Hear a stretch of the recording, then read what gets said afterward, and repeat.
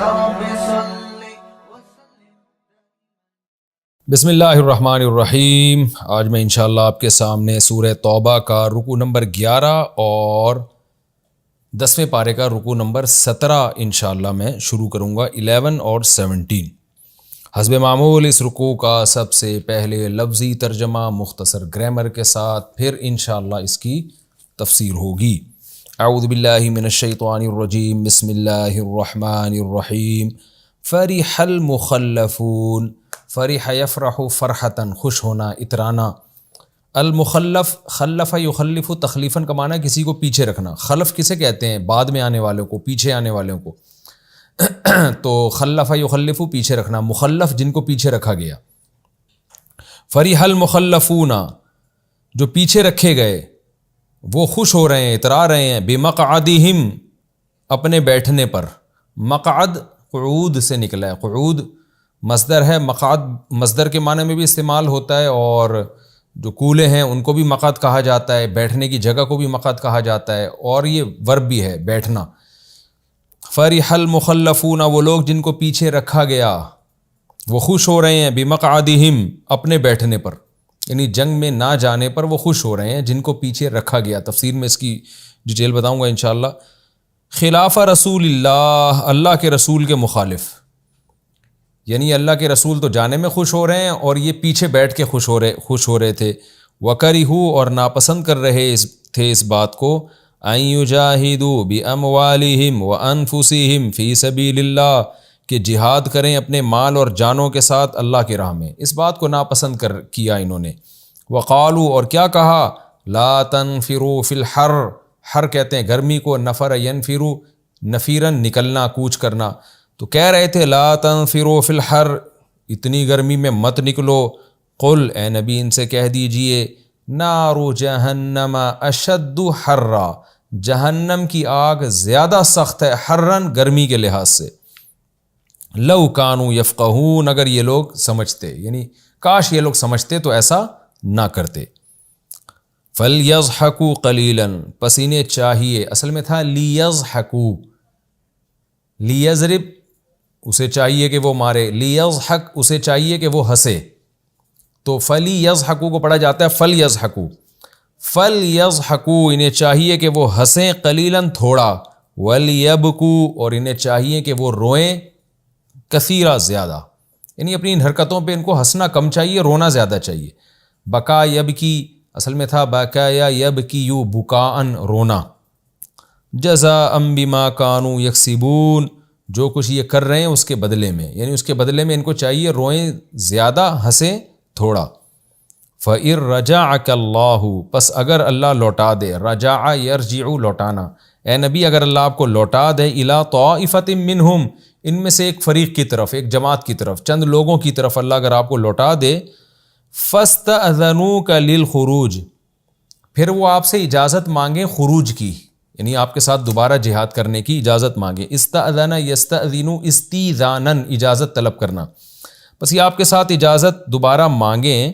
فقل، تو ان سے کہہ دیجئے، لن تخرجوا، تم ہرگز نہیں نکلو گے، معی، میرے ساتھ، ابداً کبھی بھی، ہرگز تم نے میرے ساتھ نہیں نکلنا۔ ولن تقاتلوا، اور ہرگز تم قتال نہیں کرو گے، معی، میرے ساتھ، عدواً کسی دشمن سے۔ انکم، بے شک تم، رضیتم، راضی ہو گئے، بالقعودی، بیٹھنے پر، اول مرتن، پہلی مرتبہ میں، یعنی تبوک میں جب تم بیٹھنے پر راضی ہو گئے تو اب آئندہ تمہاری کیا سزا ہے، فقعدوا، تم بیٹھو، مع الخالفین، پیچھے رہ جانے والوں کے ساتھ، یعنی اگلی جنگوں میں اب تم پیچھے رہ جانے والوں کے ساتھ ہی بیٹھو، تمہیں جانے کی اجازت نہیں ہے۔ ولا تصلی، اور آپ نماز نہ پڑھیں، صلی یصلی، نماز پڑھنا، علی احد منہم، ان میں سے کسی ایک پر بھی، یعنی ان منافقین میں سے کسی ایک پر بھی آپ نماز نہ پڑھیں، یعنی جنازہ، ماتا، جو مر جائے، ابداً، کبھی بھی آپ ان میں سے کسی ایک پر بھی نماز نہیں پڑھیں گے۔ ولا تقم علی قبرہ، اور نہ آپ کھڑے ہوں گے اس کی قبر پہ، قام یقوم قیاماً، کھڑے ہونا۔ انہم، یہ وہ لوگ ہیں، کفروا باللہ ورسولہ، انہوں نے کفر کیا اللہ کے ساتھ اور اس کے رسول کے ساتھ، وماتوا، اور یہ مرے، وہم فاسقون، اس حال میں کہ یہ فاسق تھے، توبہ نہیں کی انہوں نے۔ ولا تعجبک اموالہم، ان کے مال آپ کو تعجب میں نہ ڈالیں، ان کے مالوں سے آپ متاثر نہ ہوں، ولا اولادہم، اور نہ ان کی اولادیں آپ کو تعجب میں ڈالیں۔ انما یرید اللہ، اللہ تو صرف یہ ارادہ کرتا ہے، ان یعذبہم بہا، کہ ان کو عذاب دے، بہا، اس مال اور اولاد کے ساتھ، فی الدنیا، دنیا میں بھی، وتزہق انفسہم، اور ان کے روح نکلے، نفس روح کو بھی کہتے ہیں، زہوق کہتے ہیں روح کا نکلنا، تزہق انفسہم، ان کی روحیں نکلیں، وہم کافرون، اس حال میں کہ یہ کافر ہوں۔ یعنی اللہ نے ان کو جو مال اولاد اتنا دیا، اس کی وجہ یہ ہے کہ اللہ ان کو دنیا میں بھی عذاب دینا چاہتا ہے، اور یہ چاہتا ہے کہ یہ کفر کی حالت پہ ہی مریں یہ۔ تفسیر میں ڈیٹیل آئے گی انشاءاللہ۔ وَإِذَا أُنزِلَتْ سُورَةٌ، اور جب نازل کی جاتی ہے کوئی صورت، ان آمنوا باللہ، کہ اللہ پر ایمان لاؤ، یعنی اس صورت کا مضمون یہ ہوتا ہے کہ اللہ پر ایمان لاؤ، وَجَاهِدُوا مَعَ رَسُولِهِ، اور اللہ کے رسول کے ساتھ مل کر جہاد کرو، اسْتَأْذَنَكَ، تو اجازت طلب کرتے ہیں، اذن طلب کرتے ہیں، اولو الطول منہم، ان میں استطاعت والے لوگ۔ طول کہتے ہیں قدرت کو، 5ویں پارے میں آیا تھا نا، وَمَن لَّمْ يَسْتَطِعْ مِنْكُمْ طَوْلًا أَن يَنكِحَ الْمُحْصَنَاتِ، تم میں جو قدرت نہیں رکھتا آزاد عورتوں سے نکاح کی، تو کسی کی باندی سے نکاح کرے۔ اسی طرح قرآن میں اللہ کی صفت بیان کی گئی ہے، یعنی صفت بیان کی گئی ہے، طول والا ہے، یعنی قدرت والا ہے، تو طول کہتے ہیں قدرت کو۔ ان میں جو قدرت والے لوگ ہیں، جن کو جہاد میں نکلنے کی طاقت بھی ہے، وہ لوگ آپ سے اجازت طلب کر رہے ہوتے ہیں، وقالو، اور کہہ رہے ہوتے ہیں، ذرنا، ہمیں چھوڑ دیں، وذر یذرو کا معنی چھوڑنا، اپنے حال پہ چھوڑ دینا کسی کو، ذرنا، اے نبی آپ ہمیں اپنے حال پہ چھوڑ دیں، کیسے چھوڑ دیں، نکم مع القاعدین، کہ ہم ہو جائیں بیٹھنے والوں کے ساتھ، جو پیچھے بیٹھنے والی عورتیں بچے، ہم بھی انہی کے ساتھ بیٹھ جائیں، ہمیں اس پر چھوڑ دیں آپ۔ رضو اصل میں تھا رضی یو، سمع یسمع، رضی یرضیو، پڑھا جاتا ہے رضی یرضا، تو رضو یہ راضی ہو گئے، بی ان یکونوا، کہ ہو جائیں یہ لوگ، مع الخوالف، پیچھے بیٹھنے والوں کے ساتھ۔ خلف یخلفو کا معنی خلیفہ بھی اسی سے ہے نا، کسی کا جانشین، کسی کے بعد جو آتا ہے، خلف جانشین کو کہتے ہیں، خلیفہ بھی، اور مخلف جن کو پیچھے بٹھایا جائے، تو خالفہ کی جمع خوالف، تو یہ خلیفہ کی جمع بھی خوالف، خلیفہ کی جمع آتی ہے ویسے خلائف، یہ خالفہ کی جمع ہے، پیچھے بیٹھنے والا، تو خوالف پیچھے بیٹھنے والے، جماعت ہے نا پوری، یعنی عورتیں بچے مرادیں اس سے۔ رضو بی ان یکونوا مع الخوالف، یہ اس پہ راضی ہو گئے کہ پیچھے بیٹھنے والوں کے ساتھ ہی ہو جائیں یہ بھی۔ وطبع علی قلوبہم، اور ان کے دلوں پر مہر لگا دی گئی، فہم لا یفقہون، پس اب یہ سمجھتے نہیں ہیں، یعنی یہ سمجھتے نہیں ہیں کہ یہ کتنی بڑی ذلت ہے کہ ہم عورتوں اور بچوں اور معذوروں کے ساتھ بیٹھنے کی ہم اجازت لے رہے ہیں، اس کی ان میں سمجھ نہیں ہے۔ لیکن الرسول، لیکن رسول، والذین آمنوا معہ، اور جو لوگ رسول کے ساتھ ایمان لائے ہیں، انہوں نے کیا کیا، جاہدوا باموالہم وانفسہم، انہوں نے اپنے مالوں اور جانوں کے ساتھ جہاد کیا، واولئک لہم الخیرات، یہی لوگ ہیں جن کے لیے بھلائیاں ہیں، واولئک ھم المفلحون، یہی لوگ ہیں جو پورے کامیاب ہیں۔ اعد اللہ لہم جنات، تیار کر رکھا ہے اللہ نے ان کے لیے باغات کو، تجری من تحتها الانہار، جن کے نیچے نہریں بہتی ہیں، خالدین فیہا، ہمیشہ ان باغات میں رہیں گے، ذالک الفوز العظیم، یہ بہت بڑی کامیابی ہے۔ رکو نمبر 11 اور 17 کا لفظی ترجمہ مختصر گرامر کے ساتھ ہو گیا، اب ہم انشاءاللہ اس کی تفسیر کی طرف چلتے ہیں۔ وہی تبوک کے منافقین کا تذکرہ چل رہا ہے، اللہ نے بہت، اس دفعہ تو منافقین کا بہت تذکرہ کیا اللہ تعالیٰ نے، بار بار ان کی شناعت۔ دیکھیں ہمیں تو یہ لگ رہا ہے کہ مضمون میں تکرار ہے بہت، اللہ کب سے منافقین ہی کا تذکرہ کر رہے ہیں، لیکن جب یہ آیتیں نازل ہو رہی تھیں نا، تو جس قدر منافقین سے صحابہ اور نبی پریشان تھے، تو ان حالات کے تناظر میں آپ دیکھیں تو آپ کو لگے گا کہ یہ تکرار نہیں ہے، بلکہ ان حالات کے لحاظ سے عین مناسب ہے، یہ عین بلاغت کے تقاضوں کے مطابق ہے۔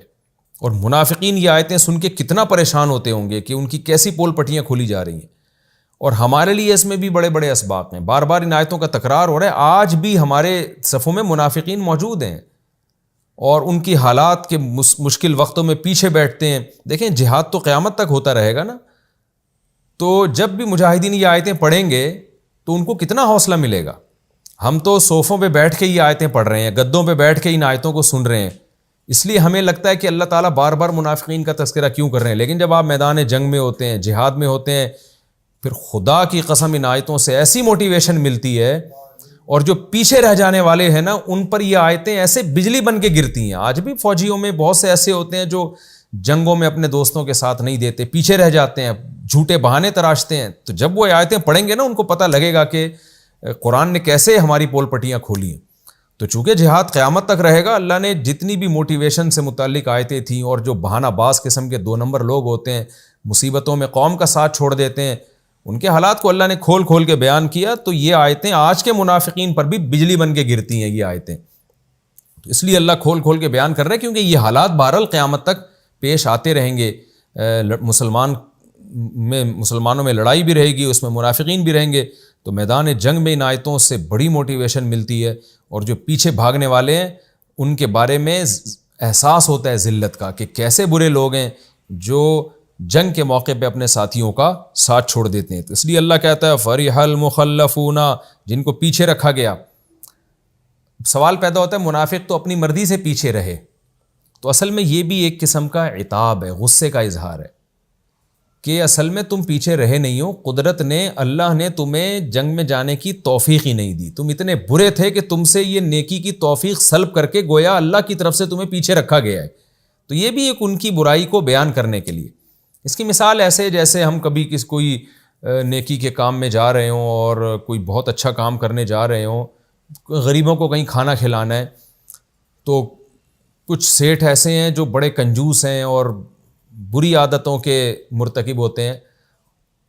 ان کو ایسے موقع پہ سخاوت کا موقع ہی نہ ملے, توفیق ہی نہ ملے, تو ہم کیا کہتے ہیں, بھائی اللہ چاہتا تھا کہ تو یہ نیکی نہ کر, اس لیے تو نے یہ خود نہیں کی, بلکہ اللہ تو چاہتا ہی نہیں تھا, اللہ کی طرف سے تجھے توفیق ہی نہیں ملی ہے. یعنی توفیق بھی تو اللہ کی طرف سے, نیکی کی توفیق مل جانا یہ بھی تو ایک اللہ کا فضل ہے نا. تو ایسے موقع پہ ہم محاورے میں بھی یہ لفظ استعمال کرتے ہیں کہ یار اصل میں تو یہ نہیں ہے کہ تو نے نیکی نہیں کی, بلکہ اللہ چاہتا ہی نہیں کہ تو کوئی اچھا کام کرے, اللہ کو گویا تجھ سے اتنی نفرت ہے.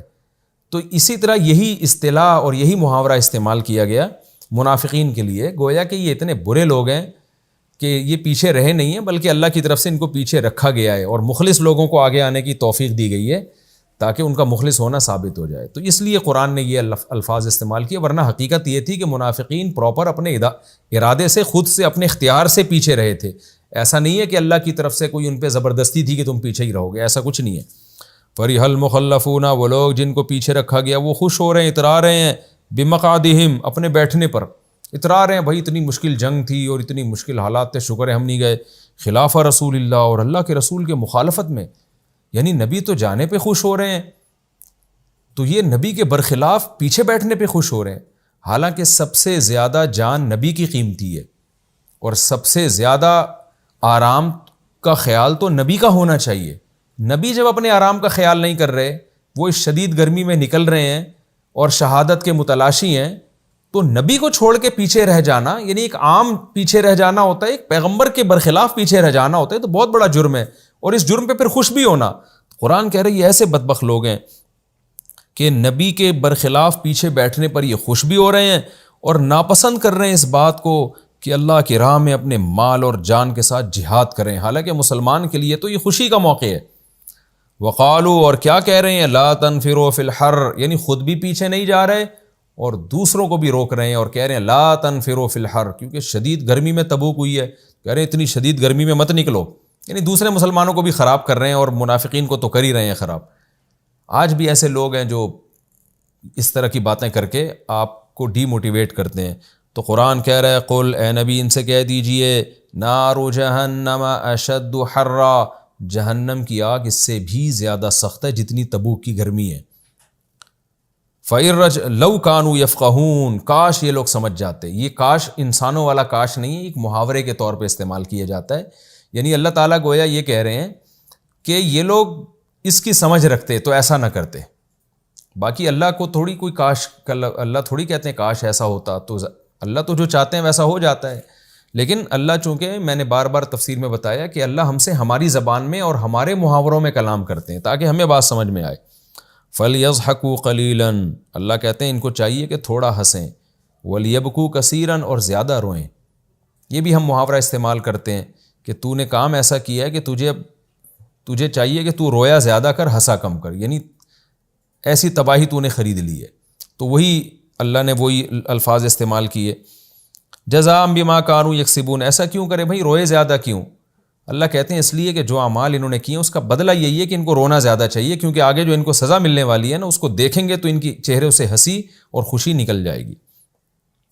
فَإِن رَجَعَكَ اللَّهُ إِلَىٰ طَائِفَةٍ مِّنْهُمْ، اے نبی اللہ آپ کو جب ان میں سے کسی جماعت کی طرف لوٹائے، کیونکہ بہت سے ایسے ہیں جن سے اب آپ کی شاید ملاقات نہ ہو، کچھ مر چکے ہوں گے منافقین، کچھ مدینہ سے بھاگ چکے ہوں گے، تو جب بھی ان میں سے کسی جماعت کی طرف اللہ آپ کو لوٹائیں اور ان منافقین سے آپ کی بالمشافہ ملاقات ہو، اور پھر ذلت مٹانے کے لیے یہ کیا کریں، فَاسْتَأْذَنُوكَ لِلْخُرُوجِ، آپ سے آئندہ نکلنے کے لیے اجازت مانگیں، تاکہ جو تبوک میں یہ پیچھے رہ گئے نا اس کی ذلت ختم ہو، اور آئندہ جہاد میں آپ سے جب یہ اجازت مانگیں تو فقل، تو آپ نے ان کو کیا کہنا ہے، لن تخرجوا معی ابدا، ہرگز تم میرے ساتھ نہیں نکلو گے.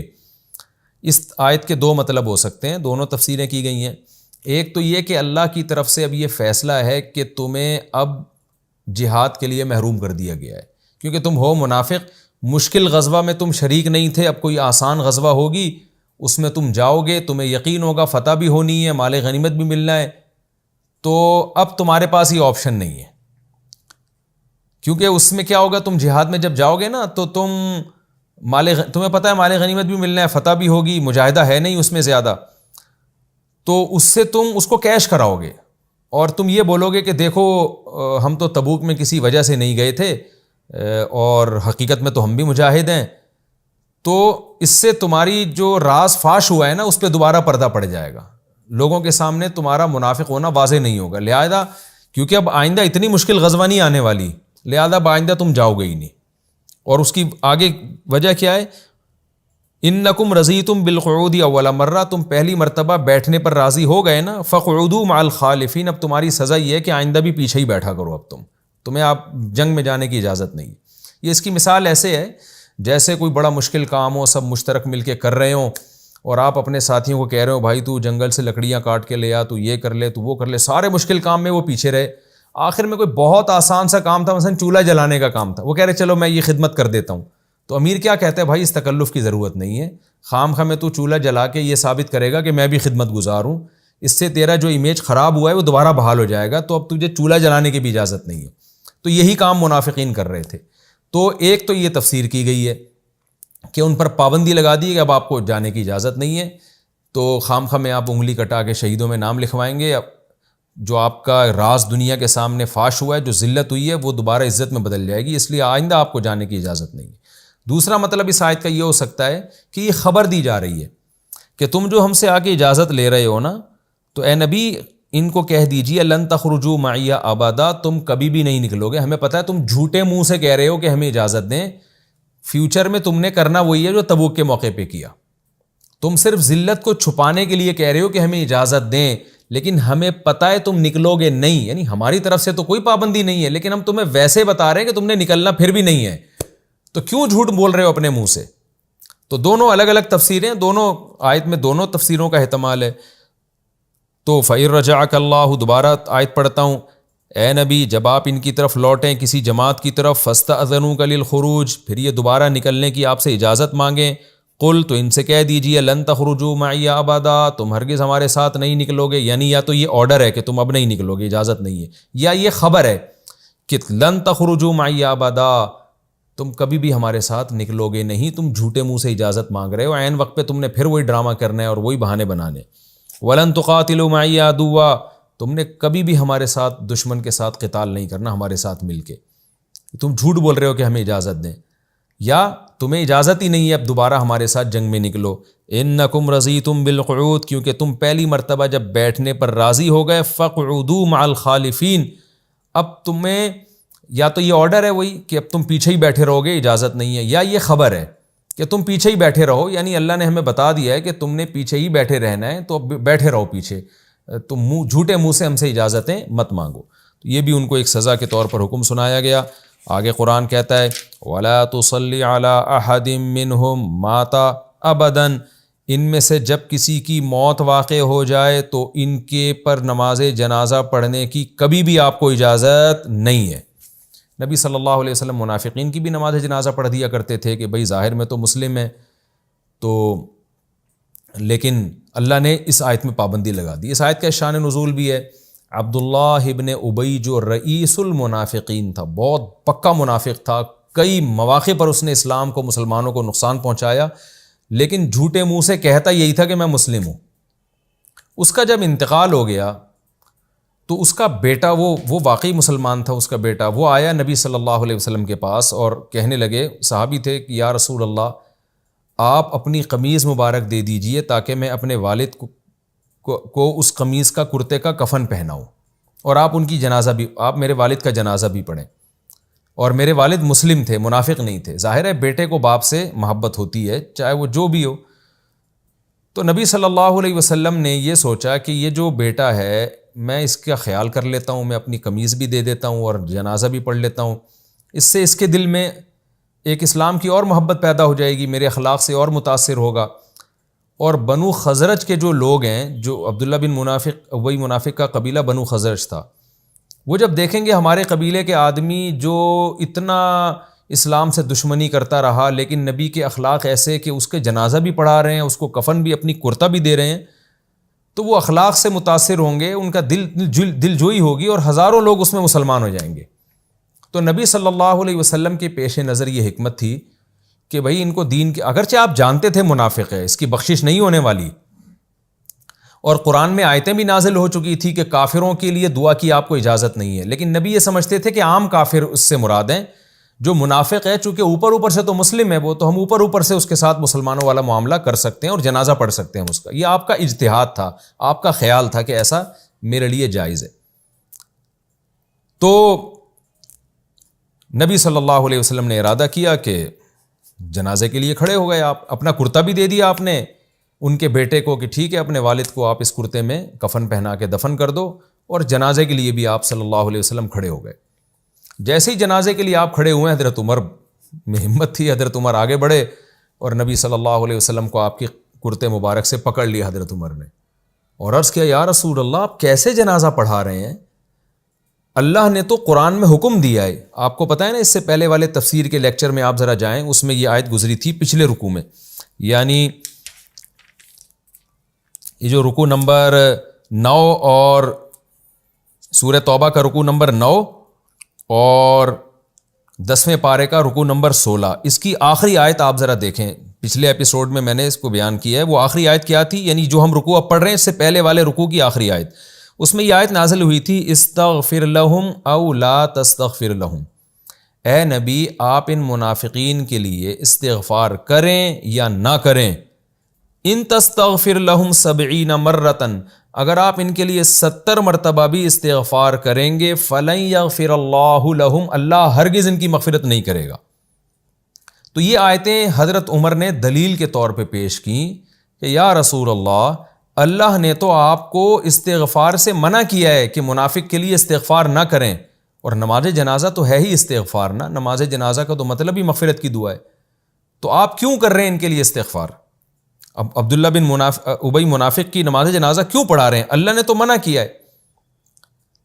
تو نبی صلی اللہ علیہ وسلم نے کیا جواب دیا کہ اللہ نے منع نہیں کیا. یعنی حدیث کا مفہوم میں آپ کے سامنے پیش کروں، یہ بخاری مسلم کی حدیث ہے، عبداللہ بن عمر سے روایت ہے کہ اللہ نے منع نہیں کیا، اللہ نے تو مجھے اختیار دیا ہے. اللہ نے تو یہ بتایا ہے کہ اب اس آیت کے لفظی ترجمہ دیکھیں، استغفر لہم او لا تستغفر لہم، اے نبی آپ ان کے لیے استغفار کریں یا نہ کریں. کیا مطلب؟ برابر ہے.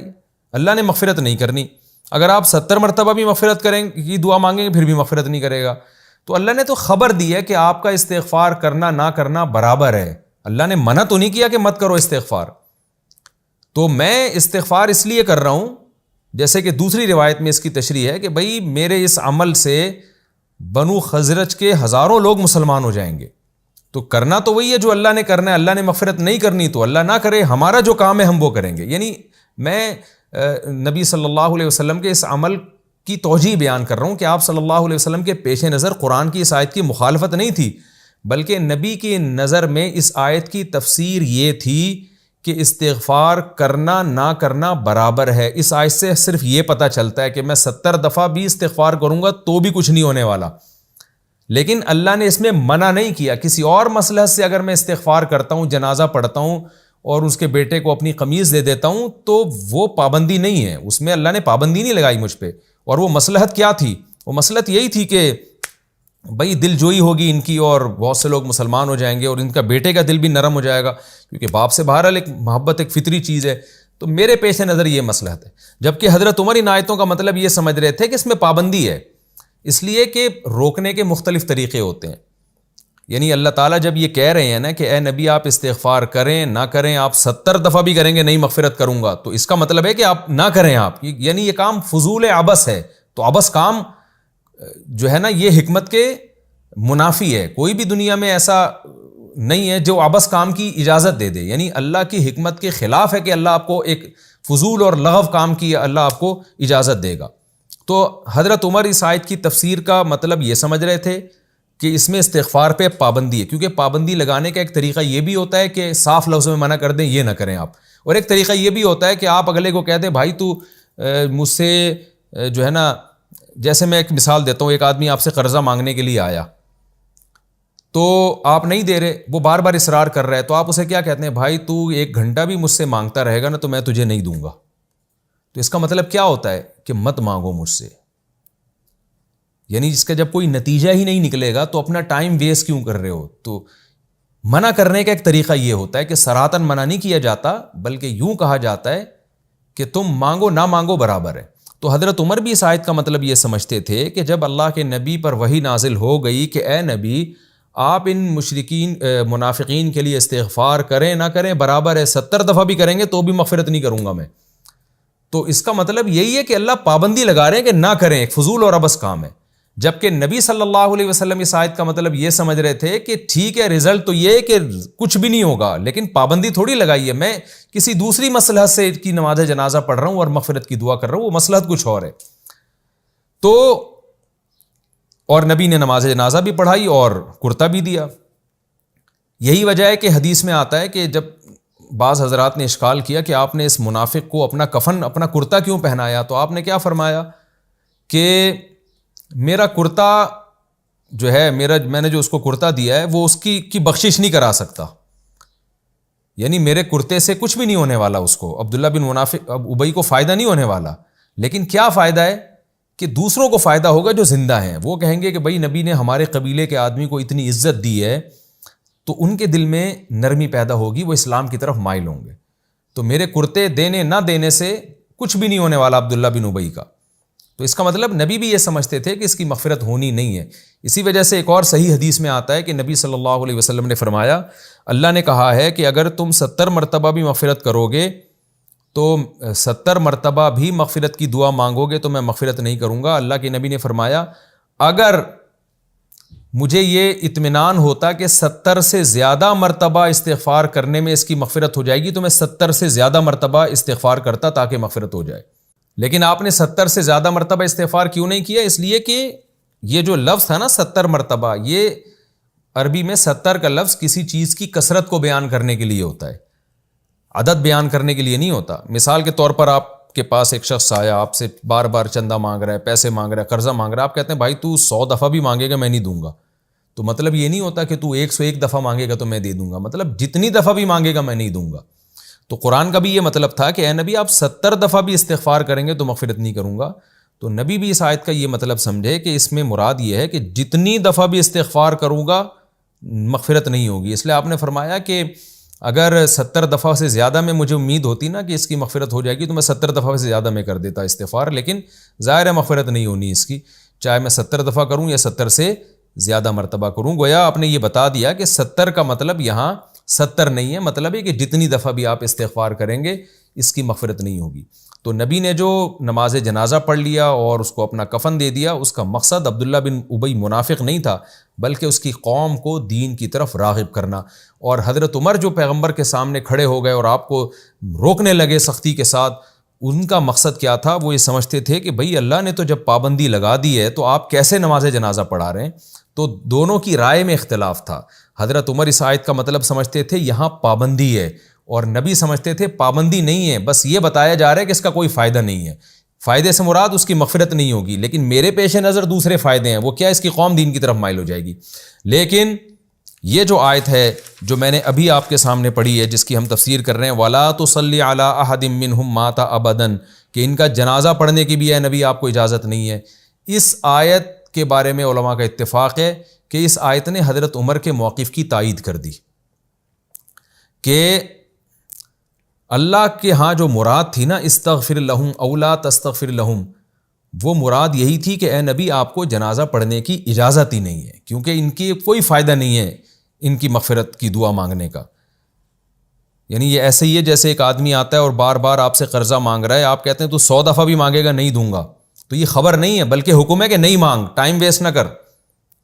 تو حضرت عمر کی رائے بھی یہاں اللہ نے اس کی تائید کی۔ حضرت عمر جو فخر کیا کرتے تھے نا، اور محدثین نے بھی اس کا بہت تذکرہ کیا ہے کہ بہت سارے مقامات ایسے ہیں جہاں رسول اللہ صلی اللہ علیہ وسلم نے ایک اجتہاد کیا اور حضرت عمر نے بھی ایک اجتہاد کیا، تو بہت سارے مقامات پہ اللہ نے حضرت عمر کی تائید میں آیتیں نازل کی ہیں۔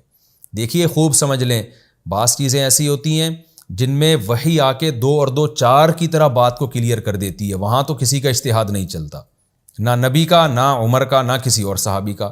بعض ایسی مواقع تھے کہ اللہ کی طرف سے وحی نازل نہیں ہوئی تھی، تو نبی نے ایک رائے قائم کی، بعض صحابہ نے اس کے مخالف رائے قائم کی، اس میں ایسا ہوا کہیں نبی کی رائے صحیح تھی تو اللہ نے اس کی تائید میں آیتیں نازل کر دیں، کہیں اللہ نے بتا دیا کہ یہاں نبی کی سے اجتہادی خطا ہوئی ہے اور اس میں فلاں کی رائے صحیح ہے۔ ایسا بہت ملتا ہے ہمیں، تفسیر کے لیکچر میں اس کی کئی مثالیں آ چکی ہیں۔ تو اس میں یہ نہیں ہے کہ نبی معاذ اللہ غلط کر رہے تھے، بھئی آپ صلی اللہ علیہ وسلم بھی بشر تھے، ایک رائے قائم کرتے تھے، تو وہ اگر خطا ہوتی اس میں تو اللہ مطلع کر دیتے۔ اس لیے علماء نے لکھا ہے کہ اجتہادی غلطی پیغمبر سے بھی ممکن ہے، صحابہ سے بھی ممکن ہے، مجتہدین سے بھی ممکن ہے، لیکن پیغمبر کی اجتہادی غلطی اور ایک امتی کی اجتہادی غلطی میں فرق یہ ہے کہ امتی اگر اجتہادی غلطی کرتا ہے تو ضروری نہیں ہے کہ اللہ اس پر لوگوں کو مطلع بھی کریں کہ اس نے غلطی کی ہے، لیکن پیغمبر سے جب اجتہادی غلطی ہوتی ہے تو اللہ کبھی بھی پیغمبر کو اس غلطی پر قائم نہیں رکھتے، بلکہ اللہ تنبیہ کر دیتے ہیں کہ یہ خطا ہے، تاکہ پھر لوگ نبی کو اس میں فالو نہ کریں، کیونکہ ہمیں ہر چیز میں نبی کو فالو کرنے کا حکم دیا گیا ہے۔ تو جب ہر چیز میں فالو کرنا ہے تو نبی کو غلطی پر اللہ قائم نہیں رکھتے، خطا ہوئی اللہ فوراً تنبیہ کر دیتے ہیں کہ اس میں آپ سے خطا ہوئی ہے۔ تو نبی کی نظر میں جو اس آیت کی تفسیر تھی وہ یہ تھی استغفر لہم او لا تستغفر لہم، کہ آپ استغفار کریں نہ کریں برابر ہیں۔ تو نبی کی نظر میں اس آیت کی تفسیر یہ تھی کہ یہ اللہ کی طرف سے آپشنل ہے کہ جنازہ پڑھیں نہ پڑھیں، اللہ کی طرف سے اجازت ہے، پابندی نہیں ہے۔ لیکن حضرت عمر کی رائے یہ تھی کہ اس میں پابندی لگائی گئی ہے، تو اللہ نے وَلَا تُصَلِّ عَلَىٰ أَحَدٍ مِّنْهُمْ کہ کسی کا جنازہ پڑھنے کی آپ کو اجازت نہیں ہے، اس میں حضرت عمر کی رائے کی تائید کر دی کہ میں نے جو پہلے یہ کہا ہے نا کہ استغفار کریں نہ کریں برابر ہے، اس کا مطلب یہی تھا کہ کرنے کی اجازت نہیں ہے۔ تو یہ آیت بھی حضرت عمر رضی اللہ تعالیٰ عنہ کی فضیلت میں ایک بڑی آیت ہے، لیکن نبی صلی اللہ علیہ وسلم چونکہ جنازہ پڑھا چکے تھے، اس کے بعد آیت نازل ہوئی، تو اس لیے پھر اس کے بعد کبھی بھی نبی صلی اللہ علیہ وسلم نے کسی منافق کا جنازہ نہیں پڑھایا، جس کے بارے میں نبی کو پتہ ہوتا تھا یہ منافق ہے، آپ اس کا جنازہ کبھی بھی نہیں پڑھایا پھر آپ نے، اور نہ اس کے لیے کبھی استغفار کی۔ باقی یہاں ایک سوال پیدا ہوتا ہے کہ نبی کے پیش نظر بھی تو ایک اہم مصلحت تھی، وہ مصلحت یہ تھی کہ بھئی یہ اس کے قبیلہ مسلمان ہو جائے۔ تو دیکھیں قرآن نے پابندی اس لیے لگائی کہ آپ ایک مصلحت دیکھ رہے ہیں کہ اس کا قبیلہ مسلمان ہو جائے گا، لیکن دوسرے 2 نقصان ہوں گے۔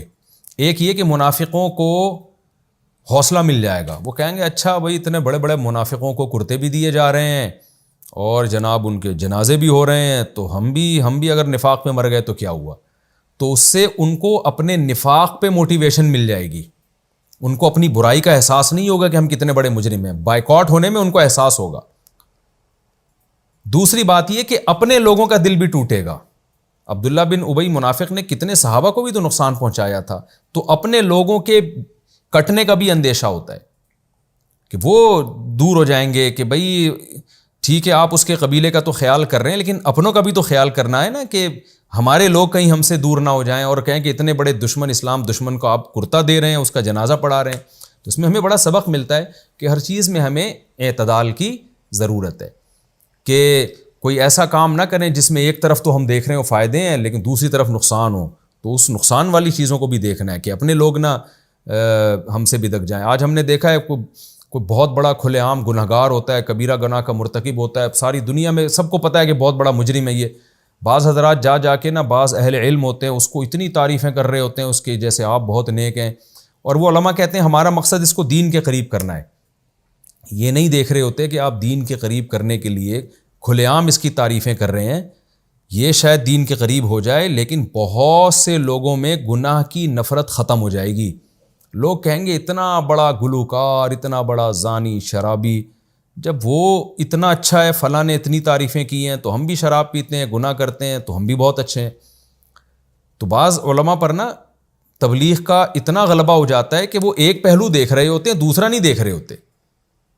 مجھے یاد ہے ہمارے محلے میں ایک شخص نے، نوجوان لڑکے نے خودکشی کی، اور وہ بھی ناکام محبت کی بیس پہ. تو مجھے کہا گیا جنازہ پڑھاؤ. میں نے کہا میں تو نہیں پڑھاؤں گا. لوگوں نے کہا بھائی دیکھیں بیچارہ نیک ہے. میں نے کہا میں چھپ کے اس کے لیے مغفرت کی دعا کروں گا، جنازہ نہیں پڑھاؤں گا میں. اس لیے کہ میں اگر جنازہ پڑھاؤں گا تو خودکشی کرنے والے کی برائی لوگوں کے دل سے نکل جائے گی. کوئی مشہور آدمی جنازہ پڑھاتا ہے تو لوگ سمجھتے ہیں نا اس کو ایک عزت مل رہی ہے. تو میں نے کہا کیوں ہم عزت دیں خودکشی کرنے والے کو؟ بھائی کوئی بھی پڑھا دے. اور یہ حدیث سے ثابت ہے، آپ صلی اللہ علیہ وسلم نے خودکشی کرنے والے کا جنازہ نہیں پڑھایا تاکہ لوگوں کے دل میں اس گناہ کی نفرت بیٹھے. تو اس لیے داعی اور مبلغ کو یا مشہور لوگوں کو ان تمام پہلوؤں کو سامنے رکھنے کی ضرورت ہے کہ ہم ایک فائدہ تو دیکھ رہے ہیں، اس کے سائیڈ ایفیکٹ بھی دیکھیں. بعض لوگ بدعتیوں کی اتنی تعظیم کر رہے ہوتے ہیں تاکہ بدعتی دین سے قریب آ جائیں. یہ نہیں دیکھ رہے ہوتے کہ اس سے بدعتیوں کے دل میں بدعت کی نفرت بھی ختم ہو رہی ہے اور اپنے لوگ کٹ رہے ہیں آپ سے. تو یہ سارے پہلوؤں کو سامنے رکھ کر کسی کی تعظیم کرنی چاہیے. اس آیت میں سے ہمیں یہی سبق ملتا ہے کہ حضرت عمر کا جو موقف تھا وہ اس بارے میں درست تھا اور اللہ نے تائید نازل کر دی. وَلَا تُصَلِّ عَلَىٰ أَحَدٍ مِّنْهُمْ مَاتَ أَبَدًا، اے نبی ان میں سے کسی ایک کے پر بھی جنازہ نہ پڑھیں آپ کبھی بھی. وَلَا تَقُمْ عَلَىٰ قَبْرِهِ، اور اس کی قبر پہ بھی نہ کھڑے ہوں. یہاں کھڑے ہونے سے مراد ہے جو دفنانے کے وقت کھڑے ہوتے ہیں دعا کرتے ہیں، ویسے کھڑے ہونا آپ قبرستان جاتے ہیں عبرت کے لیے تو وہ تو کہیں بھی کھڑے ہو سکتے ہیں آپ، یا کسی کام سے کھڑے ہو گئے. یہاں مخصوص قسم کے کھڑے ہونا جو ایک محبت میں جب آپ کسی کو دفناتے ہیں اپنے والدین کی کفن دفن میں شریک ہوتے ہیں پھر وہاں آپ دعا مانگتے ہیں، یہ والا کھڑے ہونا مراد ہے کہ اس کو پروٹوکول نہ دیں آپ. انہم کفروا باللہ ورسولہ، اس لیے کہ یہ کافر ہیں، اللہ اس کے رسول کے منکر ہیں اور مرے اس حال میں کہ فاسق تھے، بغیر توبہ کے مر گئے ہیں. ولا تعجبک اموالہم ولا اولادہم، ان کے مال اور اولاد آپ کو تعجب میں نہ ڈالیں. انما یرید اللہ ان یعذبہم فیہا فی الدنیا، اللہ ان کو دنیا میں بھی مال اور اولاد کے ذریعے عذاب دینا چاہتا ہے. دنیا میں عذاب کیسے ہوگا کہ مال اور اولاد کو دیکھ کر یہ اس خوش فہمی میں آئیں گے کہ اللہ ہم سے راضی ہے، جس سے یہ گناہوں میں اور زیادہ آگے بڑھتے چلے جائیں گے اور پھر یہ چیز بے سکونی کا ذریعہ، دنیاوی عذاب کا ذریعہ بنے گی. جیسے کہ گنہگار کو دنیا میں بھی اللہ اس کی زندگی تنگ کر دیتے ہیں. اور وَتَزْهَقَ أَنفُسُهُمْ وَهُمْ كَافِرُونَ، اور اس مال اور اولاد کی وجہ سے ایمان کی توفیق بھی نہیں ملے گی، کیونکہ مصیبتیں آتی ہیں تو انسان کا دل نرم ہوتا ہے. جب خوشحالیاں آتی ہیں تو اسی کفر پر قائم رہیں گے اور مریں گے اس حال میں کہ یہ کافر ہوں گے. یہ وقت چونکہ ہمارا مکمل ہو چکا ہے اور آیت کی تفسیر صورت رکوع ابھی باقی ہے، تو انشاءاللہ اسی رکوع کو ہم کنٹینیو کریں گے اگلے ایپیسوڈ میں. تو انشاءاللہ ہم اگلے ایپیسوڈ میں سورہ توبہ کا رکوع نمبر 11 اور 10ویں پارے کا رکوع نمبر 17 یہ ہم شروع کریں گے جی آیت نمبر 86 سے، یعنی وَإِذَا أُنزِلَتْ سُورَةٌ أَنْ آمِنُوا بِاللَّهِ. یہاں سے انشاءاللہ ہم تفسیر شروع کریں گے اگلے ایپیسوڈ میں. اللہ تعالیٰ سمجھنے کی، عمل کی توفیق عطا فرمائے. وَمَا عَلَيْنَا إِلَّا الْبَلَاغُ.